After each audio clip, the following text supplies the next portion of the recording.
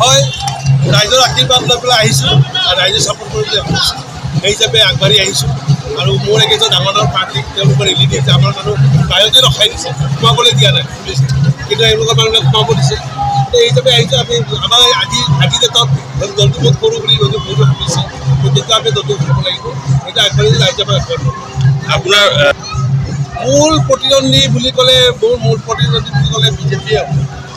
বিজেপিয়ে হ'ব এনেকুৱা মই ভাবিছোঁ কাৰণ ইয়াতে আমি লাষ্ট যেতিয়া ইলেকশ্যন খেলিলে 22ত তেতিয়া আমি দেখিছোঁ আমাৰ বিজেপিয়ে সেই হিচাপে ফাইট কৰিছিলে আম আদমি পাৰ্টি ছেকেণ্ড কৰিছিলে কিন্তু লগত আকৌ মীৰা বৰঠাকুৰ বাইদেউৰ কথা মই কি ক'ম মীৰা বৰঠাকুৰ বাইদেউ চাওক মীৰা বৰঠাকুৰ বাইদেউ মানে বিজেপিৰ পৰা নামত আহিছে বিজেপি কৰি অহা আৰু তাৰোপৰি ৰাইজে দেখিছে যে বিজেপি আৰু কংগ্ৰেছ মোটামুটি একেই হৈছে বিজেপি নামটোৱে বিজেপি এতিয়া খালি এটাই বাকী আছে তেওঁলোকৰ ৰাজীৱ ভৱনৰ পৰা বাজপেয়ী ভৱনৰ ফ্লাইঅভাৰ বনাই দিলে হৈ যায় তেওঁলোকৰ অহা যোৱা হৈ থাকিব দুই ভাই মিলি কাম কৰিব গতিকে ৰাইজে দেখিছে গতিকে মই ভাবোঁ ৰাইজে কেতিয়াও তেওঁলোকক আগবাঢ়ি নলয় আমাৰ উজ্জ্বল ভৱিষ্যত আছে গতিকে আমি আগবাঢ়ি যাম বুলি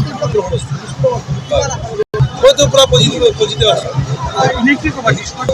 এতিয়া ফুল কণ্টেষ্ট হ'ব বুলি আমাৰ ডিস্ট্ৰিক্ট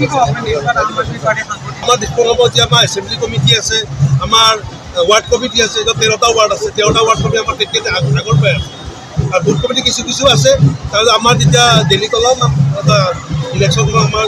লিডাৰবিলাকক যে মিছা কেছ কৰে গোটেই ভাৰতবাসীয়ে জানে ভাৰতবাসীয়ে জেলত ভৰাই দিয়ে তেতিয়া আমাৰ যে মানুহ হয়তো অলপ ওলাই গুচি গৈছে তেনেকুৱা এতিয়া মানুহ থাকে ন